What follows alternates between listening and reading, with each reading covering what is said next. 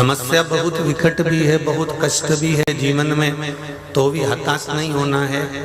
एक विश्वास अपने साथ में रखना कि मेरे संग में देव अधिदेव महादेव है।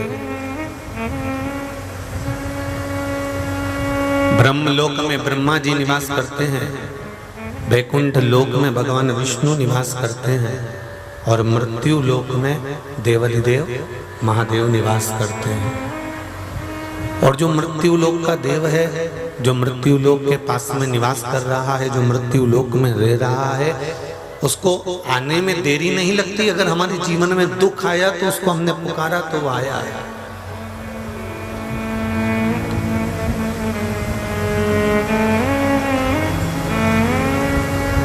वो विश्वास के बल पर मिलता है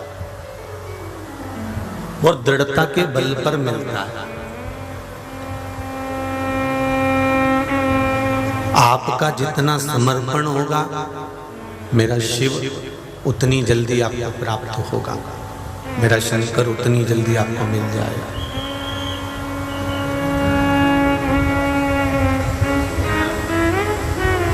समर्पण का मतलब ये नहीं होता कि आपने धन दे दिया भगवान को, दौलत दे दी भगवान को, या मंदिर में जाकर बैठ गए, या हाथ जोड़कर बैठ गए, या कथा के अंदर जाकर बैठ गए तो समर्पण हो गया। नहीं नहीं नहीं,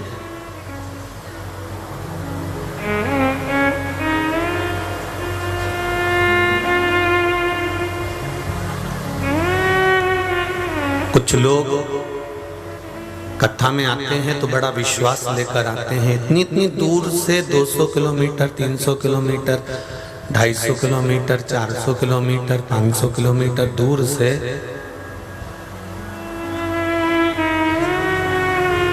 बड़ा विश्वास लेकर पहुंचते हैं, बड़ा भरोसा लेकर पहुंचते हैं। और कुछ लोग केवल ये तमाशा देखने के लिए आते हैं कि ये भीड़ कहां से आ रही है, आखिर ऐसा है क्या, अपन भी तो चल के देखें।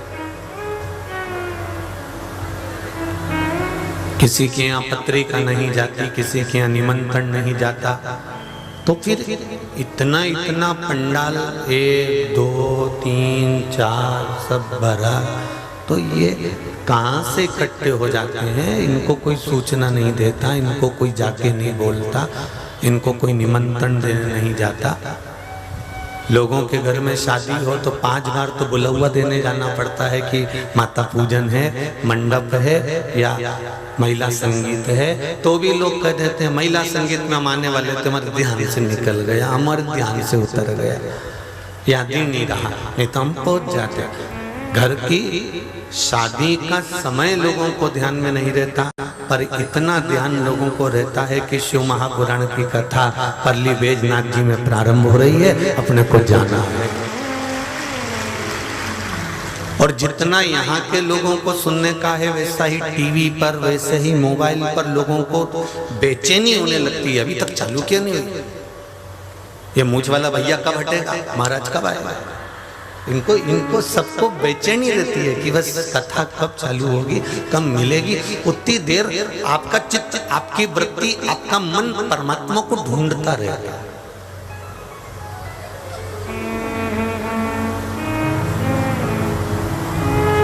उतनी देर ये मन भगवान को ढूंढने का प्रयास करता है।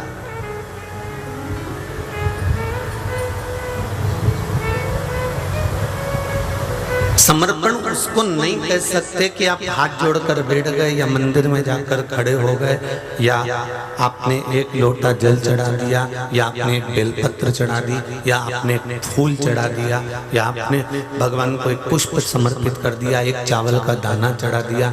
इसको समर्पण नहीं कह सकते।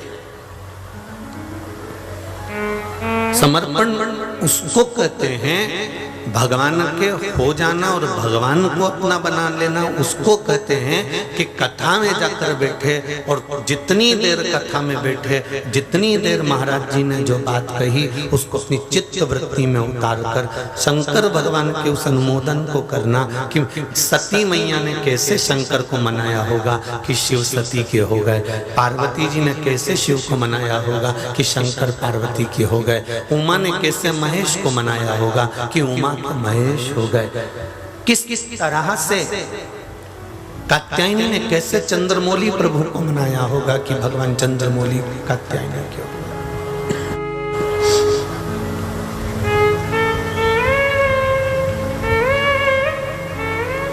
उसको रिझाने का प्रयास, हम कैसे उसको अपना बनाएं, हम कैसे उसको अपना बना सकते हैं।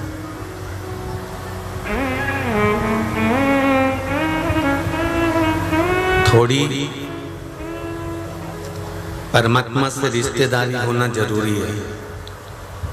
किसी आमदार या खासदार, विधायक या सांसद या कोई मंत्री से मिलने के लिए उसके घर पर चले जाओगे और सीधे जाके कहोगे कि कह दो राम किशन आया है, बालकृष्ण आया है, हरि कृष्ण आया है, कोई मिलने देगा तुमको? अरे बोलो तो री जी हो, अच्छे से बोलो जरा, सब वेदनाथ की जी हो, सब अच्छे से बोलो जरा दमदारी से। कोई मिलने देगा तुमको? नहीं। और तुमने जाकर कह दिया कि जाकर मंत्री जी से कह दो, आमदार से कह दो, खासदार से कह दो, विधायक से कह दो, सांसद से कह दो कि उनकी बुआ का बेटा आया, उनकी बुआ की लड़की आई है, तो मिलने देगा कि नहीं मिलने देगा? तो पहले तो वो पूछ के आएगा कि वो लीलाबाई आई है और कह रही बुआ की छोरी हो। सांसद कह देगा, आमदार खासदार मंत्री कह देगा जाओ उसको अंदर लेकर आओ, वो मेरी बुआ की छोरी है। 5 मिनट मिलूंगा, पर मिलूंगा जरूर। उसी तरह जिस समय हम भोलेनाथ जी को जल चढ़ाएं, हम शंकर जी को बेलपत्र चढ़ाएं, शंकर भगवान को एक चावल का दाना चढ़ाएं, या पशुपति व्रत करें, या सोमवार का व्रत करें, या प्रदोष का व्रत करें, या शिवरात्रि का व्रत करें, या शंकर जी को रोज 1 लोटा जल चढ़ाने जाएं, तो पहले हम शंकर भगवान से अपना संबंध बनाएं कि तू पिता है, मैं तेरा पुत्र हूँ, तू बाप है, मैं तेरी बेटी हूँ। और ये संबंध को याद रखना प्रभु, जिस समय मुझे दुख आए तो बाप और बेटी का संबंध निभा देना। अगर रिश्तेदारी नहीं होगी तो मिलने नहीं दिया जाएगा। मंत्री से, आमदार से, खासदार से, विधायक से, सांसद से, किसी से भी मिलना मुश्किल हो जाता है। जब संबंध करीब का हो जाता है तो मिलना सरल हो जाता है। हम परमात्मा से अपना संबंध बनाए, हम भगवान से अपना संबंध बनाए, पर हम उल्टे चलते हैं, दुनिया से अपना संबंध बनाते हैं। ये हमारा मामा जी का छोरा, ये मेरे काका जी का छोरा, ये मेरी बुआ जी की छोरी है, ये मेरे ताऊ जी का, ये मेरे काका जी का। हमने सबसे संबंध बनाया, पर उस भोलेनाथ से, उस शंभू से, उस त्रिकालदर्शी से, उस कृष्ण से, मेरे राम से, मेरे कान्हा से हम संबंध नहीं बना पाए। उससे संबंध क्या है?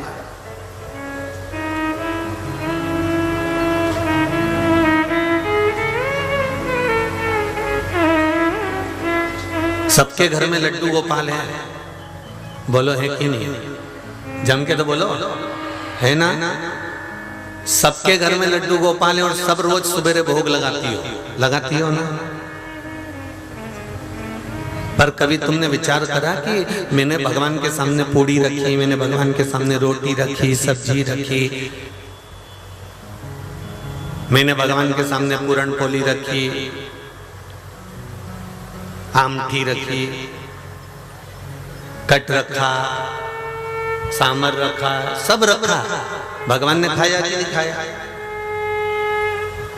हमने भगवान के सामने रखा, उठाकर वापस ले गए, सब में मिला दिया, प्रसाद समझकर सबने खा लिया। पर कभी तुम जिद में हड़े? कभी तुमने भगवान से जिद करी? तुम्हारा छोटा सा छोरा अगर कुछ नहीं खाए तो तुम उसको दो के खिला ले, मुंह में ले। अगर बहू से कह दो ये नहीं खा रहे तो इसको दूध पिला दे, दूध भी नहीं पिए तो इसको कुछ और खिला दे, फल खिला दे, सेव फल खिला दे, अनार खिला दे। बोलो री जी सही बात है कि गलत बात है? घर का छोटा सा बच्चा कुछ नहीं खाए तो उसको कुछ ना कुछ एक्स्ट्रा सामान खिलाया जाता है, अलग से कुछ खिलाया जाता है, उसको मार के खिलाया जाता है, उसको गोदी में पटक कर खिलाया जाता है, उसके मुंह को खोलकर कौवा दिखा दिखा के उसके मुंह में दूध डाला जाता है। उसको कैसे भी खिलाना है, पर माँ अपने बच्चे को खिलाकर मन दिए नहीं खाएगा, कमजोर हो जाएगा, नहीं खाएगा, बीमार पड़ जाएगा, मेरा छोरा दुबला पतरा हो जाएगा। इसलिए माँ उसको मार मार कर खिलाती है, प्रेम से खिलाती है, वात्सल्यता से खिलाती है, कौवा दिलाकर, चिड़िया दिखाकर, टीवी दिखाकर, उसके हाथ में मोबाइल पकड़ाकर कैसे भी खिलाएगी, पर अपने बच्चे को भोजन कराएगी। जितनी जिद तुम अपने बेटे से करते हो, इतनी जिद तुमने एक दिन अगर कृष्ण से करी होती तो मेरा खाना सामने खड़ा हो गया। मेरा कृष्ण तुम्हारे सामने आता, मेरा विठोबा, मेरा विठ्ठलनाथ तुम्हारे सम्मुख में आ जाता, मेरा पांडुरंगा तुम्हारे सामने आ जाता, मेरा हरि विठ्ठल तुम्हारे सामने आ जाता, मेरा वेदनाथ तुम्हारे सामने आ जाता, मेरा शंकर तुम्हारे सम्मुख में होता। वो जिद हमारे भीतर चाहिए, वो जिद हमारे अंदर चाहिए कि हम परमात्मा को रिझाएं तो रिझाएं कैसे? तू हमने थाली लगाई, हमने पूजन करी, हमने अर्चना करी, हम तुझे मना रहे, तू मानता क्यों नहीं है? क्या हो गया मेरे शंकर, मेरे शंभु, मेरे ओघड़ी, मेरे बोले तुझे हुआ क्या है जो तुम मुझसे रूठ कर बैठा हुआ है? क्या हुआ क्या तुझको?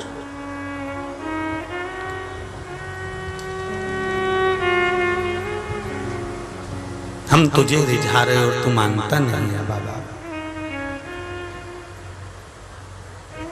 हम उसको बुलाएं और वो ना आए,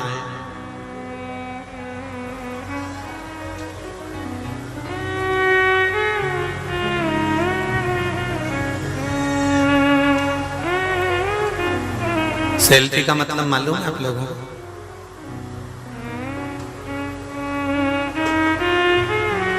सेल्फी का मतलब मालूम है कि नहीं मालूम? अपने मोबाइल से अपनी फोटो,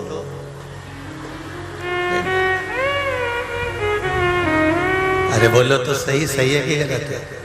अपने मोबाइल से अपनी फोटो ले ले, उस फोटो में कोई दूसरा नहीं आना चाहिए, अपन और जिसको अपन चाहते हैं कि ये आया वो उस फोटो में आना चाहिए।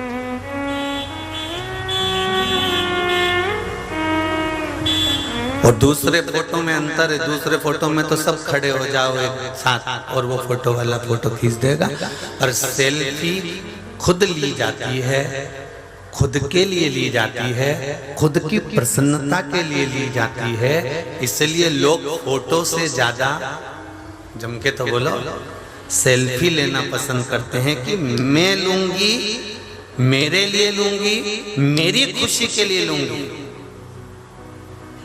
और उसमें कोई दूसरा नहीं आना चाहिए। जिसको मैं चाहती हूँ, स्टेज की लेना है तो स्टेज पूरा आना चाहिए, महादेव की लेना है तो महादेव आना चाहिए, जीजी के साथ लेना है तो हमारी जीजी आना चाहिए, हमारा काका जी आए तो काका जी आना चाहिए। इसके सिवाय कोई दूसरा आ जाए तो इसका मुंह फूल जाए।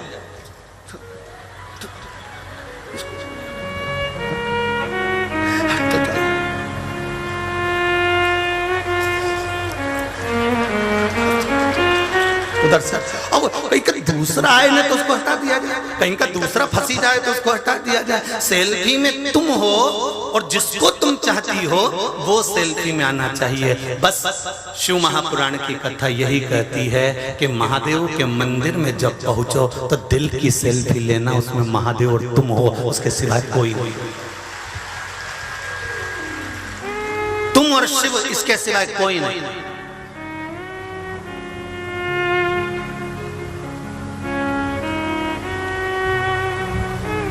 इतने में कोई जल चढ़ाने भी आ जाए तो अपना दिल हटना नहीं चाहिए महादेव की ओर से।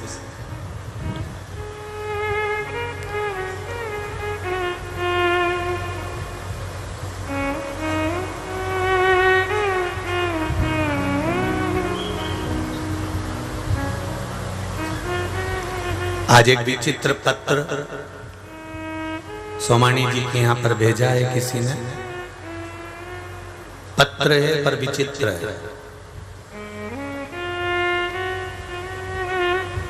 उसमें लिखा हुआ था कि गुरुजी आप व्यासपीठ से बोलो कि माताएं शंकर भगवान को घेर के बैठी रहती हैं मंदिरों में, और हम जेंट्स जल चढ़ाने जाते हैं तो हमको बहुत देर खड़े रहना पड़ता है, और हम किसी से भी कहते हैं कि थोड़ा सा सरक जाओ, बाजू हो जाओ, तो वो हमको ऐसे घूर के देखती है जैसे हमें भस्म कर देगी। इसके लिए आप कुछ बोलिए। अच्छा, ऐसे पत्र महाराष्ट्र में क्यों आते हैं?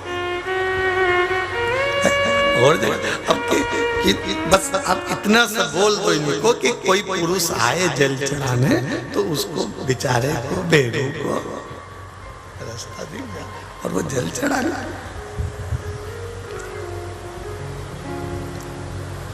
ये तो हकीकत है, बिल्कुल सत्य है। माताएं मंदिर के अंदर जब शंकर जी को घेर के बैठती है ना, तो उनको ये लगता है कि शिव मेरा है और मैं शिव की हूं, बस यही होना चाहिए। शिव मेरा और मैं शिव की। शंकर की कोई निंदा कर दे तो सुनो मती, खड़े हुए और तुरंत कह दिया ओ महाराज कथा कहो पर शिव निंदा नहीं। कथा हम सुनने आए हैं, सुनेंगे, पर शंकर की निंदा नहीं सुनेंगे, शिव भक्त की निंदा नहीं सुनेंगे, शंकर के लिए एक शब्द नहीं सुनेंगे और शंकर के भक्त के लिए एक शब्द नहीं सुनेंगे। आप कहो हम सब कुछ सुनने को तैयार हैं, पर शिव निंदा नहीं, शिव भक्त निंदा नहीं। क्यों? कहते हैं मनुष्य की, मानव की योनि 84 लाख योनियां काटने के बाद मानव की देह मिलती है, परंतु शिव की निंदा और शिव भक्त की निंदा सुन लेने पर वो ना जाने लाखों लाख बार भी काटा जाए तो भी मनुष्य की देह बड़ी मुश्किल से मिलती है।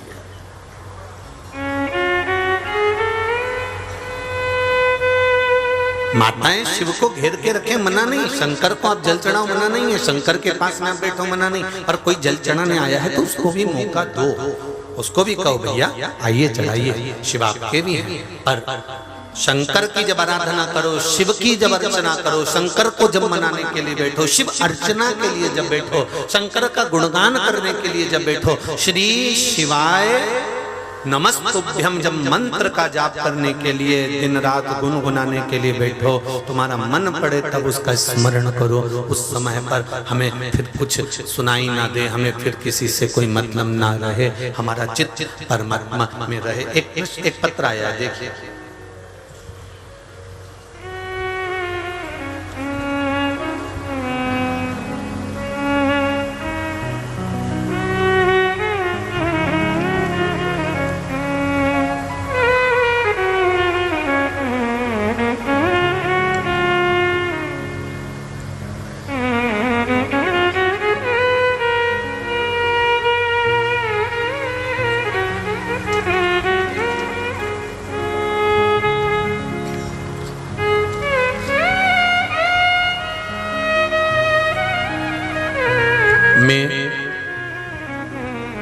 सुनीता हुरकट, हैदराबाद, तोशखाना, उस्मानगंज से हूँ। कहीं बैठी हो तो हाथ हिलाइएगा जिन्होंने पत्र लिखा हो। मेरी माता जी की उम्र 74 वर्ष है गुरुजी। उनको खाने की नली में कैंसर हो गया था। 3 महीने से खाने में तकलीफ हो रही थी। अचानक तकलीफ इतनी बढ़ गई थी, बताया गया कि खाने की नली में कैंसर है, उसकी वजह से ये दिक्कत आ रही है। इसलिए खाने की नली को बंद कर कर नाक में से नली डालकर तरल पदार्थ देना प्रारंभ करा जाएगा। डॉक्टरों ने कहा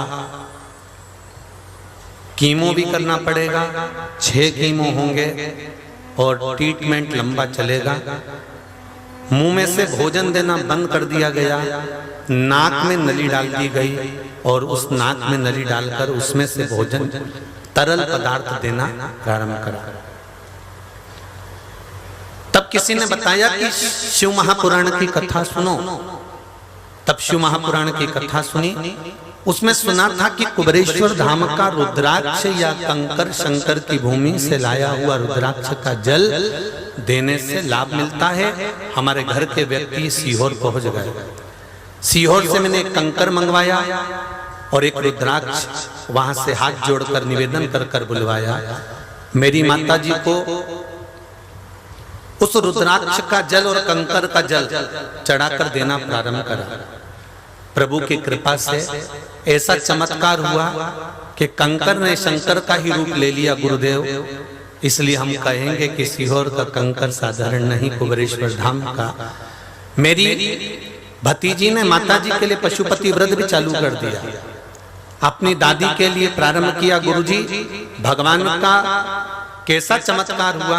दूसरा व्रत जैसे ही करा और हमने पानी पिलाया रुद्राक्ष का, डॉक्टर ने कहा कि कीमो चालू करना पड़ेगा क्योंकि कीमो अब जरूरी हो गया है, समय लेट होते जा रहा है, चालू करवा।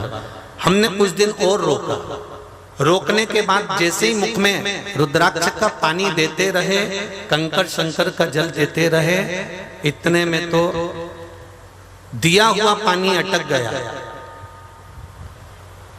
और अचानक उनको उल्टियां होना प्रारंभ हो गई। इतनी उल्टी होने लगी गुरुदेव कि हम परेशान हो गए। उल्टी होते होते ही हम उनको हॉस्पिटल लेकर गए और हॉस्पिटल लेकर गए तो डॉक्टर ने कह दिया कि अब इनको कीमो की भी जरूरत नहीं है और इलाज की भी जरूरत नहीं है। जो हार नली में कैंसर था वो उल्टी कर बाहर निकल चुका है और हार नली ठीक हो गई है। नाक की नली निकालकर भोजन प्रारंभ कर दिया गया। ये शिव है, ये शंकर है, ये उघड़ी है। तेरी कृपा बिना न हिले एक भी अणु, लेते हैं श्वास तेरी कृपा से तनो तनो। एक पत्र और लिखिए, बड़ा सुंदर लिखिए।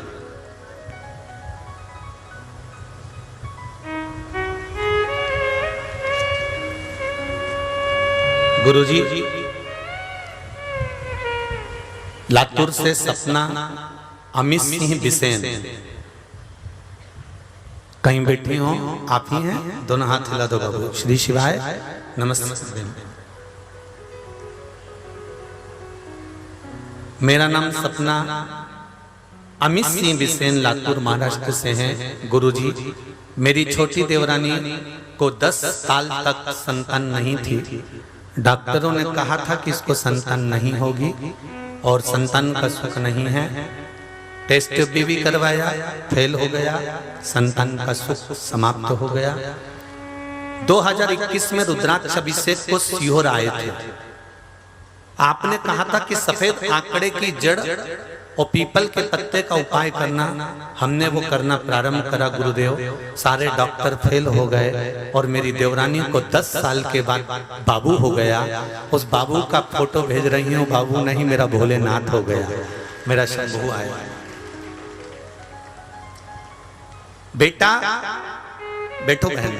शिव कृपा से 10 वर्ष के बाद जहां डॉक्टर भी फेल हो गए, डॉक्टर ने कह दिया था कि टेस्ट भी सफल नहीं हो रहा है, संतान का सुख नहीं है, वहां देवाधिदेव महादेव ने संवार लिया है। तेरी कृपा बिना न हिले एक भी अणु, लेते हैं श्वास तेरी कृपा से तनो तनो।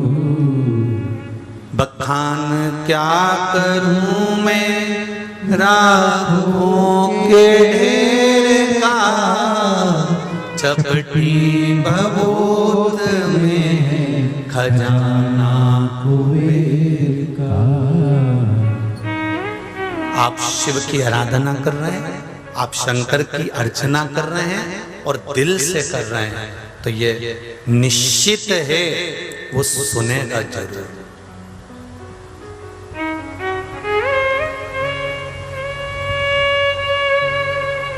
शिव कथा में वो ही आओ जिनका दिल शंकर से लगा। यह तमाशा नहीं हो रहा या भीड़ नहीं बढ़ाना हमको। आप तो दिल अगर लगा बैठे हो शंकर से और तुमको महसूस होता है कि मैं शिव कथा में जाऊंगी, मेरा देव अधिदेव महादेव मेरी मन की मुराद पूर्ण करेगा, ये मेरा विश्वास है, तो जाकर बैठोगी और ये निश्चित है कि वो तुम्हारा मन का मुराद पूर्ण करेगा। ये निश्चित है।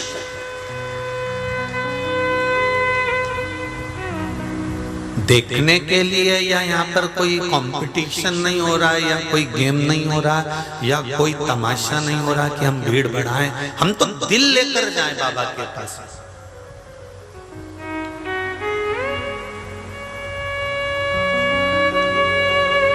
एक बार उसको अगर दिल से कह दिया,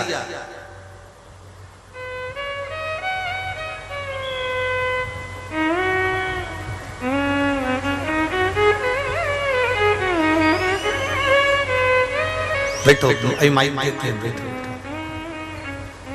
एक बार अगर दिल दे दिया, एक बार अगर दिल से उस परमात्मा को रिझा जाए, तो ये निश्चित है वो सुनेगा। ये निश्चितता है, वो सुनता है। अभी देते हैं दीदी माइक, आप बैठो कुछ देर, बैठो। आपका हृदय, आपका चित्त, आपका मन, आपकी वृत्ति उससे लगना चाहिए। सुन ले।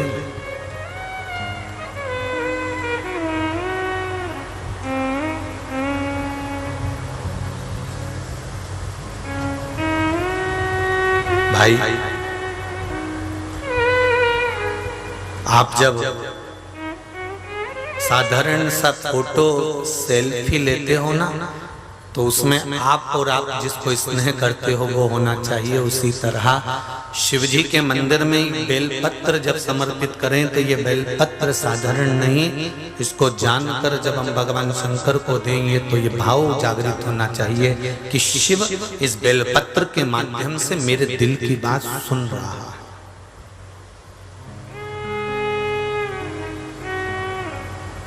मेरे भोलेनाथ मेरे दिल की बात, मेरे हृदय की बात, मेरे चित्त की बात सुन रहे हैं।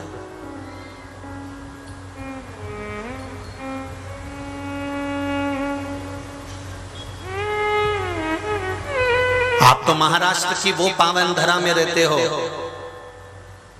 आप तो महाराष्ट्र की वो पुण्यमय भूमि पर रहते हो जिस भूमि पर भगवान विष्णु भी अपने सिर पर शिवलिंग रखकर खड़ा रहता है। मेरा पांडुरंगा, मेरा हरि विठ्ठल अपने सिर पर शिवलिंग रखकर खड़ा हुआ है, कमर पर हाथ रखकर। आप तो इतनी पुण्य धरा में रह रहे हो, महाराष्ट्र की पुण्यमय धरा में। भारत की भूमि पर कहीं ऐसा मंदिर नहीं, केवल एक महाराष्ट्र को छोड़कर, पंढरपुर को छोड़कर। पूरे मराठियों को, पूरे महाराष्ट्रियनों को, पूरे वारकरी संप्रदाय के लोगों को और पूरे मराठवाड़ा में, महाराष्ट्र में रहने वालों को तो छाती ठोक कर कहना चाहिए, हमारे यहाँ नारायण भगवान शंकर को सिर पे लेके घूमते हैं। ये कोई साधारण धरा है? साधारण भूमि है?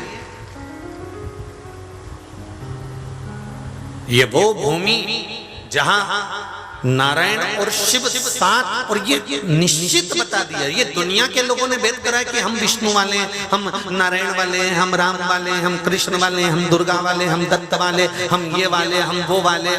ये जो नाटक करते हैं ना कि हम ये वाले, ये वाले, ये वाले, वो कहीं के वाले नहीं रहते।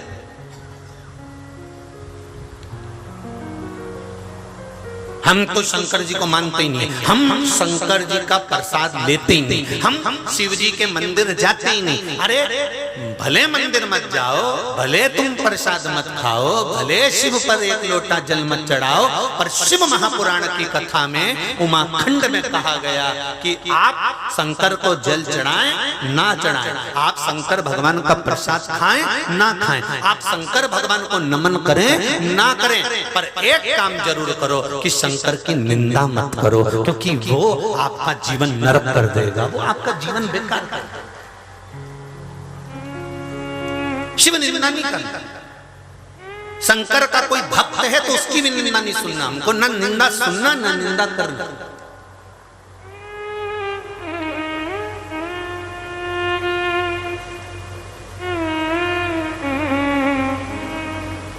अच्छे विचार हमारे सामने हैं। देखिए, धन और बल भगवान सबको देता है। भगवान धन भी बहुत देगा और बल भी बहुत देगा,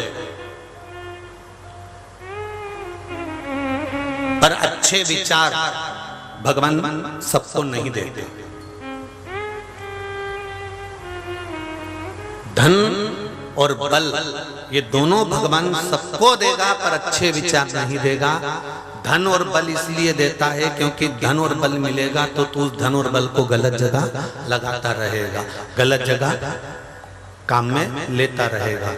अच्छा विचार धन और बल के साथ मिल जाए तो समझ लो कि धन का भी सदुपयोग हो गया और बल का भी सदुपयोग हो गया। धन और बल का यदि सदुपयोग हो गया तो समझ लो कि अपना आने वाला जीवन अपन ने संवार लिया, सुधार लिया, फिर अपने को किसी चीज की जरूरत नहीं पड़ेगी, अपना जीवन सार्थक हो जाएगा। धन और बल ये मिलेगा, पर उसके साथ में अच्छी सोच, अच्छा विचार, श्रेष्ठ विचार धारणा, अच्छी सोच हमको मिलती रहनी चाहिए।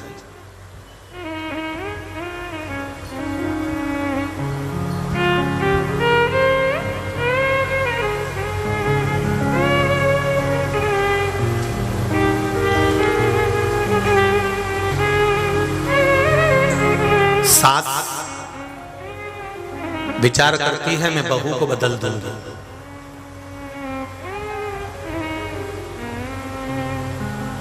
तुम कभी बदली? हर व्यक्ति ये सोचता है मेरे यहां जो नौकर काम कर रहा है मैं नौकर को बदल दूंगा, मैं इनको बदल दूंगी, मैं अपने रिश्तेदार के विचार बदल दूंगी, मैं उनको बदल दूंगी। सास सोचती है कि मैं बहू का नेचर बदल दूंगी। आप अपने आप को कभी नहीं बदल पाए तो क्या दूसरे का नेचर बदल पाओगे? विचार करिए। जिस दिन आपने अपने आप को बदल लिया कि अब बहू आ गई है, संभालेगी, अपने को ज्यादा बोलना नहीं है, माना अपनी आदत है छोटी छोटी चीज में मिनक निकालने की, छोटी छोटी चीज में टॉर्चर करने की, छोटी छोटी चीज में गलतियां निकालने की, पर अब मैं गलती नहीं निकालूंगा। यदि आप अपने आप को बदल लिए होते तो ये निश्चित है कि जो बहू तुम्हारे यहाँ आई है ना वो अपने आप बदल जाती, पर हम अपनों को नहीं बदल रहे, हम तो उसको बदलने लगे। कल की आई तो मुझे बदलेगी, फिर एक दिन तो कहने में आ ही जाता है मुझको तो अच्छा नहीं बदल पाया, तो तू कल की आई क्या बदलेगी? तो बहू ने भी कह दिया तो फिर मुझे बदल के बता दुज्जा। उसने भी कहा कि तू मुझे बदल के बता। शिव महापुराण की कथा कहती है बदलाव कैसा चाहिए ये सती माता का चरित्र कहता है, बदलाव कैसा चाहिए ये माता पार्वती का चरित्र कहता है, बदलाव कैसा चाहिए ये माता उमा का चरित्र कहता है, बदलाव कैसा चाहिए ये रिद्धि सिद्धि का चरित्र कहता है। जिस दिन गणेश जी महाराज का मंगल विवाह हुआ, रिद्धि सिद्धि जब घर में आई, शंकर भगवान के चरणों में पार्वती जी बैठ गई। पार्वती जी शंकर भगवान के चरणों में बैठ गई। पार्वती जी बैठती थी हमेशा शंकर भगवान के बाजू में, पर बहू आने के बाद में पार्वती जी कहां बैठी हैं? बोलो जम के जरा। शंकर भगवान के चरणों में। क्यों?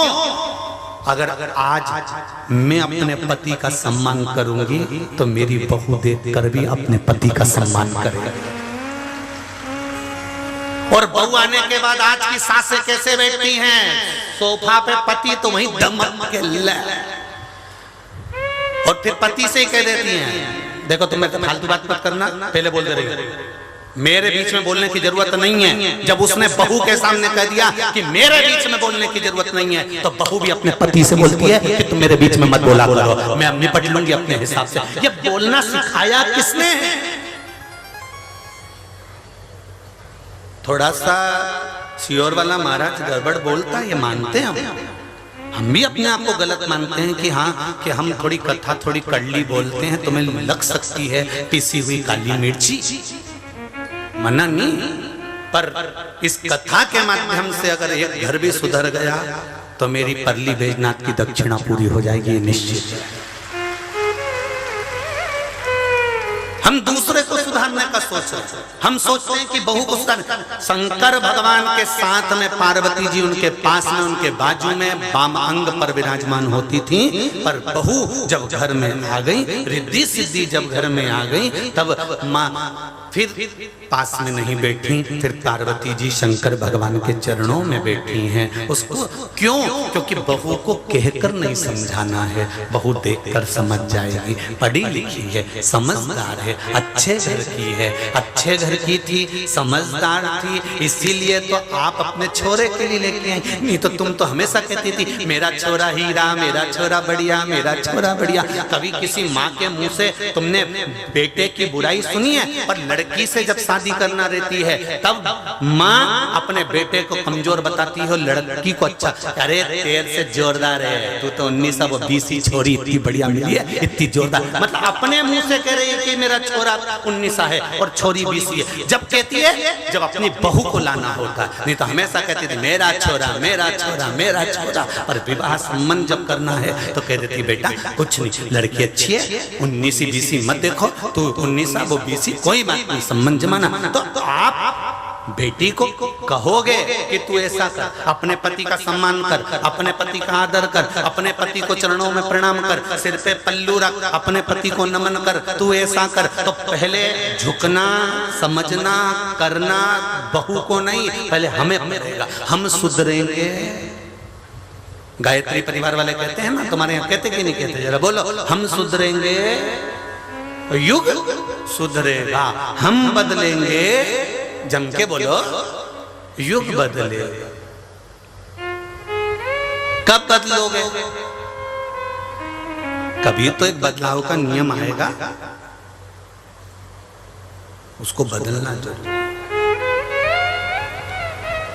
वो सोच रही हम इसको बदल देंगे, वो सोच रही हम इसको बदल देंगे। अपने आप को जिस दिन हमने बदल लिया, पार्वती मैया रिद्धि सिद्धि के आने के बाद में शंकर जी के चरणों में जाकर बैठ जाती हैं, शिव जी को प्रणाम करती हैं, शंकर जी के चरणों का अभिषेक करती हैं, शिव चरणारविंद का रसास्वादन करती हैं, भगवान शंकर के चरणों का अनुमोदन करती हैं, शिव चरणारविंद का रसास्वादन करती हैं। ये देखकर रिद्धि सिद्धि भी भगवान गणेश जी महाराज जहाँ बैठते हैं, जब पार्वती जी शंकर भगवान की इतनी पूजन कर रही हैं, जब पार्वती जी शिव जी का इतना अनुमोदन कर रही हैं, जब पार्वती जी शंकर भगवान के चरणों के पूजन कर रही हैं, तो रिद्धि सिद्धि देखकर, ये भी कोई साधारण घर की नहीं थी, इनका नाम था रिद्धि सिद्धि, जिनके घर में वैभव और संपदा भरी हुई थी। इतने जोरदार परिवार से विश्वरूपा जी के घर से आई थी, जिनके पिता का नाम प्रजापति विश्वरूप था, जिनके यहाँ संपदा की कमी नहीं थी। ये रिद्धि सिद्धि इतने करोड़पति के घर की बेटी थी, और कहाँ कैलाश पर शंकर भगवान के गणेश जी महाराज की पुत्र वधू में बनी है, भगवान शिव की पुत्र वधू बनी है। जरा विचार करिए, जिनके यहाँ करोड़ों की संपदा थी, अंबारियां थी, गाड़ी बंगले थे, प्रजापति विश्वरूप की बेटी रिद्धि और सिद्धि गणेश जी के साथ में भी आई। तो इन्होंने चाहती तो ये अपनी शान दिखाती, हम काय को नमन करें, हम काय को प्रणाम करें, हम काय को बोले, पर नहीं। उन्होंने देखा सासू माँ शिव जी की आराधना कर रही हैं, तो उन्होंने भी गणेश जी महाराज जहाँ बैठते थे, लिखते थे, सिंहासन पर बैठते थे, तो रिद्धि सिद्धि पंखा लेके चली जाती थी और पंखा डोलाया करती थी। जब भी रिद्धि सिद्धि का फोटो देखोगे वो सेवा करती हुई दिखेगी, टीवी का रिमोट लेके टीवी के सामने बैठी नहीं दिखेगी। मेरे आज की रिद्धि सिद्धि से निवेदन है, तुम जब फ्री होती हो तब हैंडसेट लेके बैठ जाती हो, और वो जब फ्री होती है तब रसोई घर से फ्री हुई और पति का पंखा झेलने बैठ जाती है। वो तो रिद्धि सिद्धि है जो पति का पंखा झेल रही, नहीं तो तुम तो उसकी बात नहीं झेलो आज के जमाने में। गजब।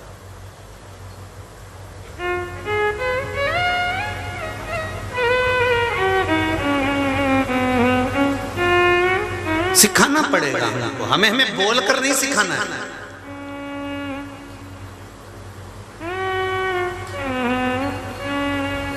हमें बोलकर नहीं सिखाना बिल्कुल। बहुत कठिन है बदलाव महाराज। आप किसको बदल रहे हो, कैसे बदल रहे हो, किसको बदलना चाहते हो?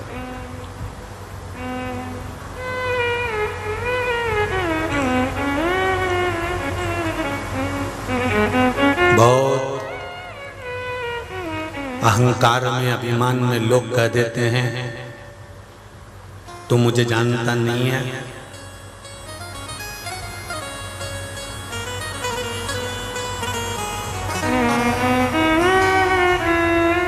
मेरे साथ में इतने सारे लोग हैं। एक राजनेता कह देता है मेरे साथ में पूरा गांव पड़ा हुआ है, मेरे साथ में इतने लोग खड़े हुए हैं।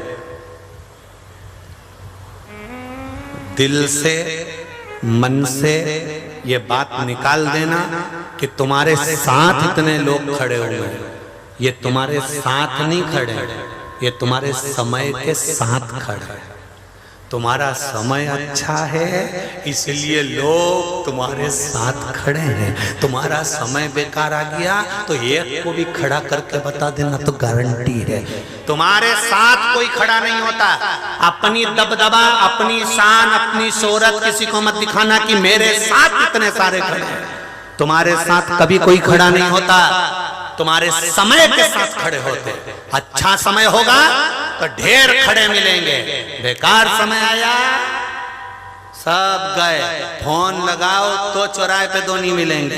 फोन लगाओ कि 5,000 रुपए की जरूरत है, अरे साहब अभी आया, बस मैं दुकान से निकल रही हूँ, आ रही हूँ। दुकान से निकला हुआ 9 बजे का, रात के 12 बज गए, अभी तक फिर फोन लगाया 5,000 चाहिए रे, बता तो सही, बस आया। जब समय अच्छा था तो ढेर तुम्हारे सामने थे, जब समय बेकार आया कोई तुम्हारा नहीं बचा। तो ये मत कहो कि मेरे साथ में हजारों लोग खड़े, तुम्हारे साथ कोई खड़ा नहीं होता। तुम्हारे समय के साथ सब खड़े होते हैं। तुम्हारे साथ तो केवल जन्म से लेकर मृत्यु तक केवल मेरा महादेव खड़ा होता है, इसके सिवा कोई खड़ा नहीं।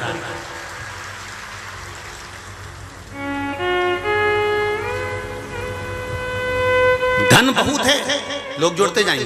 पैसा बहुत है, लोग जुड़ते जाएंगे। तुम्हारा वैभव बड़ा, लोग जुड़ते जाएंगे। तुम्हारी सत्ता बड़ी, तुम्हारा पद बड़ा, अध्यक्ष बन गए, उपाध्यक्ष बन गए, ये बन गए, वो बन गए, तो लोग जुड़ते चले जाएंगे। तुम्हारा समय अच्छा चल रहा था इसलिए लोग तुमसे जुड़े हैं। जैसे ही समय बेकार हुआ लोग तुमसे कट जाएंगे, लोग तुमसे दूर हो जाएंगे। कोई तुम्हारे साथ खड़ा नहीं होता, समय के साथ सब खड़े होते हैं।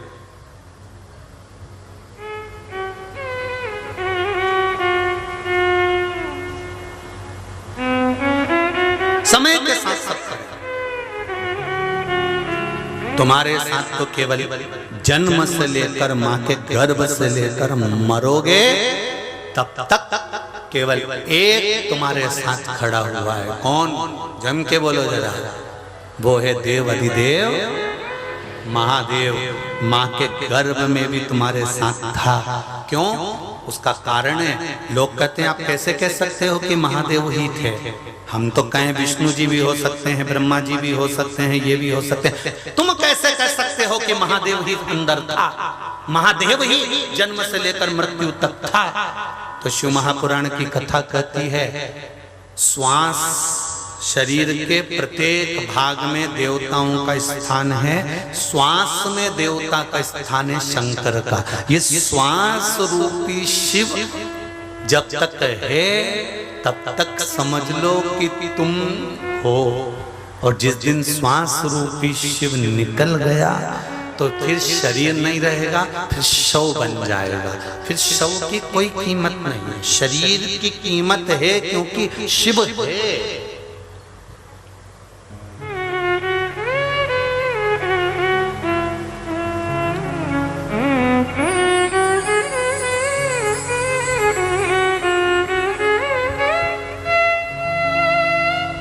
शरीर की कीमत, शव की कीमत नहीं, शरीर की है क्योंकि शिव है। जब तक तुम्हारी कीमत है आप रहो, पर उसका गुणगान करते हुए, उसका स्मरण करते हुए। एक पत्र आया है, देखिए।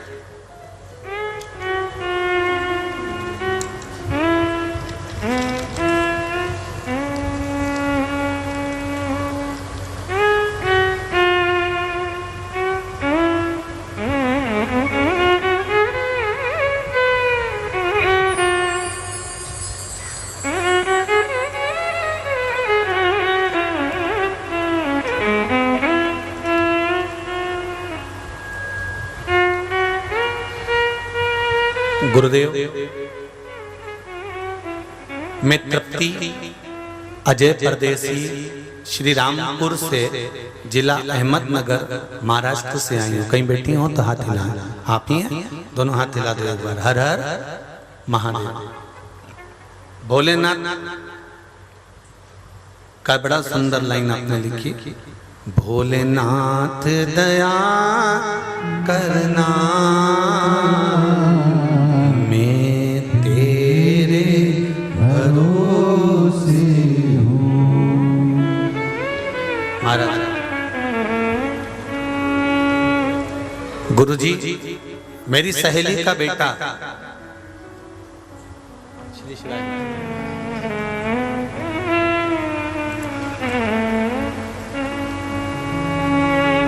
मेरी सहेली का बेटा तीसरी मंजिल से नीचे गिर गया था। उसकी हालत बहुत खराब हो गई थी। वो रोती हुई मेरे पास आई। उसके बेटे को हॉस्पिटल ले गए। लग रहा था कि प्राण नहीं है। अब 3 मंजिल ऊपर से बच्चे का गिरना कोई साधारण होता है क्या? प्राण नहीं, ऐसा महसूस। मेरी सहेली ने कहा कि तू कुबेरेश्वर धाम गई थी, वहां से रुद्राक्ष लाई थी, तेरे पास है क्या? मैंने उसे रुद्राक्ष दिया। गुरुदेव डॉक्टर तक जवाब दे दिए थे। रुद्राक्ष का जल उसको हॉस्पिटल ले जाते उसके मुख में दिया। हॉस्पिटल ले गए, यहाँ तक इलाज प्रारंभ हुआ। हॉस्पिटल में भी 2-2 बूंद देते रहे। और बाबा की कृपा से जिस डॉक्टर ने कहा था कि उठने में कम से कम साल भर लग जाएगा, उसको मात्र 3 महीने के अंदर बाबा ने खड़ा कर दिया और बच्चा ठीक हो गया। ये शिव है, ये शंकर है, ये शिव की उदार। बैठो बहन, श्री शिवाय नमस्ते। ये शिव है। एक पत्र और देखिए।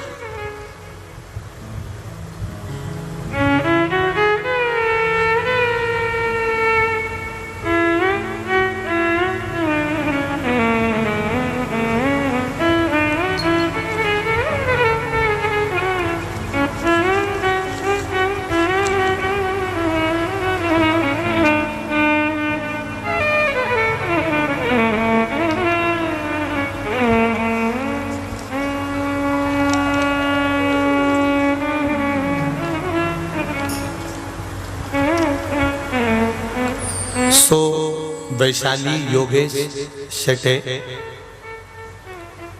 रहवासी नवगढ़ राजूरी तहसील जिला बीड़। कहीं बैठे हो तो हाथ आप ही हैं? दोनों हाथ हिला दो एक बार। हर हर महादेव। गुरुजी, मैं जनवरी 2022 में मेरी चचेरी सास जो जालना जिले में रहती है, उनके घर किसी कारणवश गई थी। उनके घर आस्था चैनल पर आपकी शिव महापुराण की कथा चल रही थी। उन्होंने मुझसे कहा, वैशाली तू समस्या में घिरी रह रही है, बहुत तकलीफ में है, तो श्री शिवाय नमस्तुभ्यम का जाप कर। कभी भी कर सकती है तो जाप इसको करना प्रारंभ कर, शिव कृपा अवश्य होगी। मैंने कहा ठीक है चाची। गुरुजी, उससे पहले मैं ना कभी शिव महापुराण सुनती थी और ना आपको जानती थी, लेकिन जिस दिन से मैंने श्री शिवाय नमस्तुभ्यम बोलना शुरू किया, उस दिन से मेरी जिंदगी में बहुत ही अच्छे कार्य होने लगे। मेरी आमदनी जो शून्य पर थी, बाबा ने उसको लाखों में लाकर छोड़ दी। बाबा को धन्यवाद देने आई। मैंने फरवरी 2022 में आपकी मंत्रमाला शिव महापुराण की कथा सुनी, उसके बाद रुद्राक्ष शिव महापुराण की कथा सुनी और पशुपति व्रत भी किया। क्या बताऊं गुरुजी, मेरे यहाँ 4 व्हीलर गाड़ी भी नहीं थी, स्टोन की बीमारी भी थी, मेरे पेट में बहुत दर्द होता था। फिर मैंने हर रोज एक बेलपत्र खाना चालू किया। और हम लिंगायत संप्रदाय से हैं, तो मेरे गले में जो शिवलिंग था, उसी शिवलिंग को निकालकर स्नान कराकर उसी का जल पीना प्रारंभ किया। बाबा की कृपा से जब डॉक्टर को दिखाने गए तो किडनी के पास में जो स्टोन था वो समाप्त हो चुका था और सारी जांचें नॉर्मल आ गई। ये शिव है। ओ घड़ी ये तो ये थोड़े बहुत पत्र पढ़ पाते हैं तो आपके सामने हैं, नहीं तो पत्र आधे बहुत ये रखे हुए हैं, और बहुत सारे नहीं पढ़ पाते जिनको यहाँ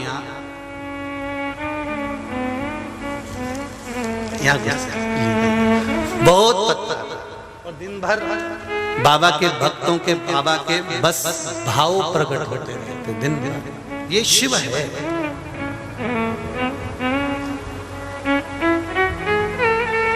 विश्वास रखिए, आपका भरोसा, आपकी दृढ़ता, आपका चिंतन। फिर कहूंगा, फोटो खिंचवाना और सेल्फी लेने में अंतर है मेरी जीजियों, मेरे भाई, मेरे बेटे बेटियां। सेल्फी में कोई दूसरा नहीं आना चाहिए। उसी तरह जब हम शिव को जल चढ़ाएं, शंकर भगवान को एक बेलपत्र चढ़ाएं, भगवान शंकर को जब एक चावल का दाना चढ़ाएं, भगवान शंकर से जब हम निवेदन करें, उस समय तुम्हारी चित्त वृत्ति में कुछ दूसरा नहीं आना चाहिए। मेरा शंभु है, मेरा शंकर है, और वो मुझे मिलेगा, मेरी बात सुनेगा, ये निश्चित है।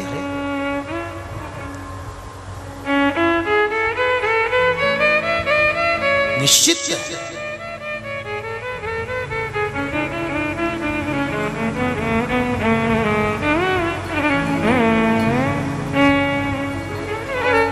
हमारे बीच में संत महोदय पधारे, एक बार जोरदार ताली बजाकर स्वागत करें।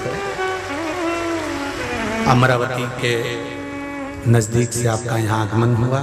शिव महापुराण, बाबा की कृपा, शिव तत्व की।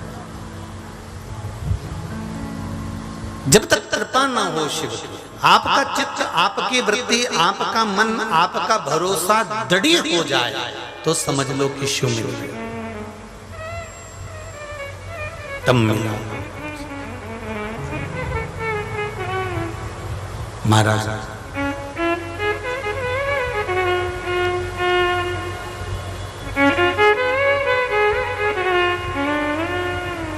मैंने तेरे ही भरोसे, हो भोले तेरे ही भरोसे, हवा बिच उड़ती जावांगी, बाबा डोर हतो छड़ी ना मैं कटी जावांगी, भोले मैं तेरी पतंग, शंभो मैं तेरी पतंग, हवा बिच उड़ती जावांगी, बाबा डोर तो छठी ना मैं कटी जावांगी। बाबा से निवेदन करो, वो साधेगा।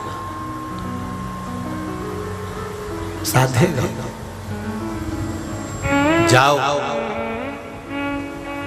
जितनी बहुएं, बेटे, नवयुवक बेटा बेटी यहाँ पर बैठे हुए हैं, तुम अपना कर्म करो, नौकरी की तैयारी करो, पढ़ाई की तैयारी करो, सर्विस की तैयारी करो।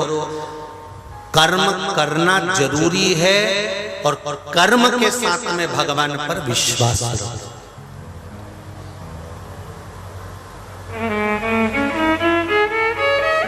नामदेव जी महाराज जब भजन गाते गाते मंदिर में प्रवेश कर गए थे, तो नामदेव जी को उठाकर मंदिर के पीछे छोड़ दिया गया था। कितना विश्वास होगा संत नामदेव जी का।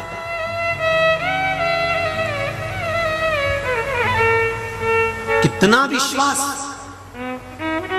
किसी ने कहा नामदेव जी तुम्हें मंदिर के पीछे लाकर डाल दिया है। नामदेव जी कहते हैं हर कंकर में अगर वो परमात्मा समाया है तो आगे और पीछे से क्या मतलब है।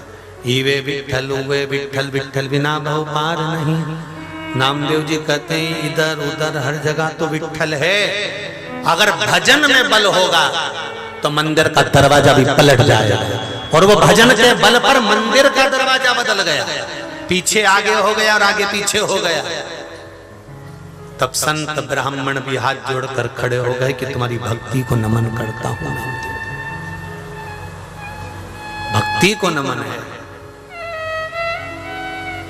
कर्म करो, नामदेव जी ने कर्म करना बंद नहीं करा, भजन गाते रहे, भजन स्मरण करते रहे, भगवान को याद करते रहे। तुम अपना कर्म करना है, सर्विस करना है, नौकरी करना है, पढ़ाई करो, दिल से करो, खूब दम से करो। सारे एग्जाम, कंपटीशन एग्जाम जो भी देना है तुमको अच्छे दिल से दो, खूब पढ़ाई कर। पर उसके साथ में शंकर भगवान को एक लोटा जल चढ़ाकर शिव जी का विश्वास रखकर फिर एग्जाम कक्ष में जाइए, पढ़ाई के लिए जाइए। फिर रिजल्ट बनाना, कैसा बनाना वो उसके हाथ में है। तुम अपना इंटरव्यू देकर आ जाओ, फिर वो निपट लेगा। क्या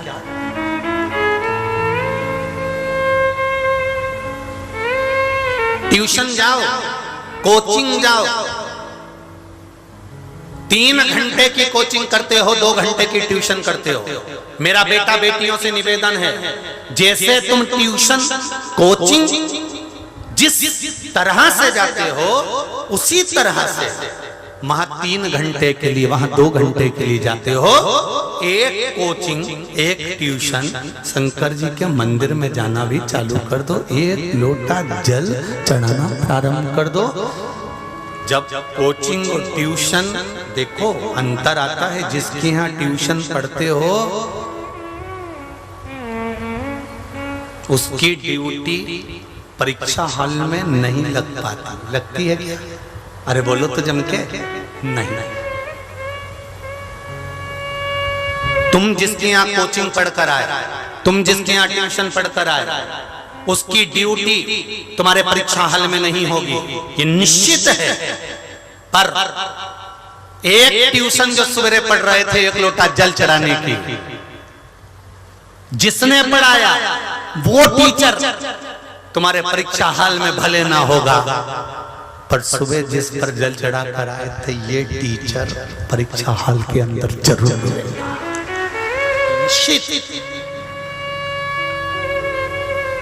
अंत समय में जब व्यक्ति का ऑपरेशन होता है, व्यक्ति का कोई ऑपरेशन होने वाला होता है, बड़ी बीमारी हो जाती है, उसका अंतिम समय चलता है, तो डॉक्टर भी कह देते देखो भाई हमने अपना काम कर दिया, अब तो अरे बोलो तो जम के उसके हाथ में। मतलब डॉक्टर को भी मालूम है कि एक बड़ा डॉक्टर वहां बैठा है, मतलब डॉक्टर को भी मालूम है कि एक कोचिंग क्लासेस वहां चल रही है, डॉक्टर को भी मालूम है कि एक वो बैठा। अंत में अच्छे से अच्छा विद्वान से विद्वान डॉक्टर भी, चाहे मुंबई का हो, चाहे पुणे का हो, चाहे दिल्ली का हो, कितना बड़े से बड़ा डॉक्टर हो, वो भी कह देता है अब उसके हाथ में है, अब मेरे से जितना बना, हमसे जितना बना उतना हमने कर दिया, अब उसके हाथ में है। मतलब डॉक्टर को भी मालूम है कि एक डॉक्टर और है, तो फिर हम क्यों गलती करें, ये डॉक्टर अपना कर्म करेगा, हम उस डॉक्टर से भी लगा लें, एक फाइल उसके पास भी रख दें कि ये दुख की फाइल है, तो देख ले, तो समझ ले, इस फाइल को थोड़ा सा समझने का प्रयास करना। उससे कहे तो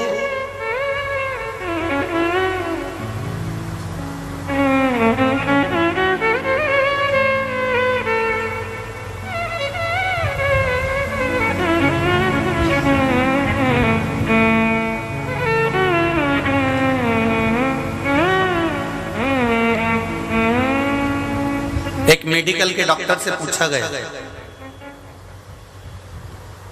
जैसे कंपटीशन में बैठने वाली पीटी उषा से पूछा जाता था कि तू इतनी तेज कैसे दौड़ लेती है, पीटी उषा तू 1 नंबर पर कैसे निकल जाती है? तो पीटी उषा ने कहा था कि मेरे यहाँ पर ठाकुर जी की सेवा है, मेरे यहाँ लड्डू गोपाल की सेवा है। मेरी दादी जी ने मुझसे कहा था जब भी तू दौड़ में घुटना नीचे टेकेगी और भागने के लिए तैयार होगी, उस समय पीटी उषा तेरे मन में एक बात याद कर लेना कि तेरी माखन की मटकी लेकर कृष्ण भाग रहा है और तू उसे पकड़ने जा रही है। तुझे ये नहीं देखना कि साथ कौन दौड़ रहा है, तुझे ये देखना है कि मुझे कृष्ण को पकड़ना है। कब तू पास हो जाएगी, कब आगे निकल जाएगी मालूम नहीं पड़ेगा। वो पीटी उषा आगे निकलती ही थी क्योंकि माखन की मटकी पकड़ने जाती थी। एक मेडिकल के एक डॉक्टर से प्रश्न किया गया कि गोली को कैसे मालूम पड़ता है कि सिर दुख रहा है, गोली तो पेट में गई पर सिर पे लॉक करती है। गोली को कैसे मालूम कि घुटना दुख रहा है? तो गोली तो पेट में गई, लाख घुटने को कर रही है। आंख दुख रही थी तो गोली तो पेट में गई, पर आंख पे लग कैसे कर गई? कान दुख रहा था, गोली तो पेट में गई, पर कान पर लग कैसे कर गई? कंधा दुख रहा था, गोली तो पेट में गई, तो कंधे पर लॉक कैसे कर गई? कोनी दुख रही थी, गोली खाई तो पेट में गई, पर कोनी पर लॉक कैसे कर गई? एक मेडिकल के डॉक्टर से पूछा गया कि ये गोली अपना काम उस जगह पर जाकर कैसे कर देती है? तो मेडिकल का डॉक्टर कहता है जैसे नीचे से करी हुई प्रार्थना परमात्मा सुन लेता है, उसी तरह गोली भी उस जगह पर असर कर देती है। गोली भी उस जगह पर असर कर देती है। डॉक्टर गोली लिखता है तब समझा कर लिखता है, ये गोली इस चीज की है, ये गोली इस चीज की है, ये गोली इस चीज की है, इससे ये दबाव बनेगा। अब तुमने जैसे ही गोली खाई तो आधा तो तुम्हारा कॉन्फिडेंस वैसे बढ़ गया कि डॉक्टर साहब ने कहा बीपी बराबर हो जाएगा। मतलब सुनते से ही तुम्हारा बीपी डॉक्टर के यहाँ से आई और बीपी बराबर हो गया।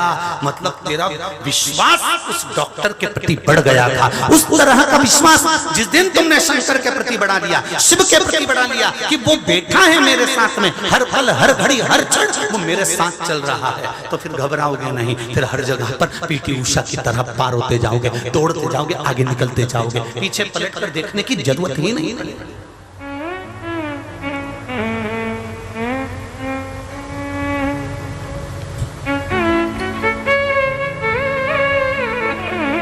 फिर कुछ देखना ही नहीं है। मैंने तेरे ही भरोसे बाबा, हम तेरे भरोसे और कुछ भी नहीं हमारे पास।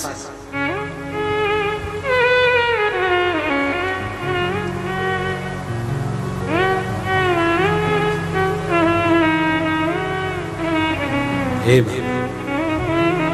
मेरे शंभु, मेरे ओघड़ी, मेरे दयालु, मेरे शंकर,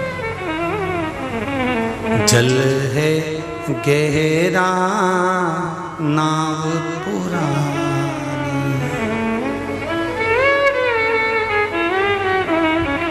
जल है गहरा नाव पुरानी, बीच भंवर मत छोड़ना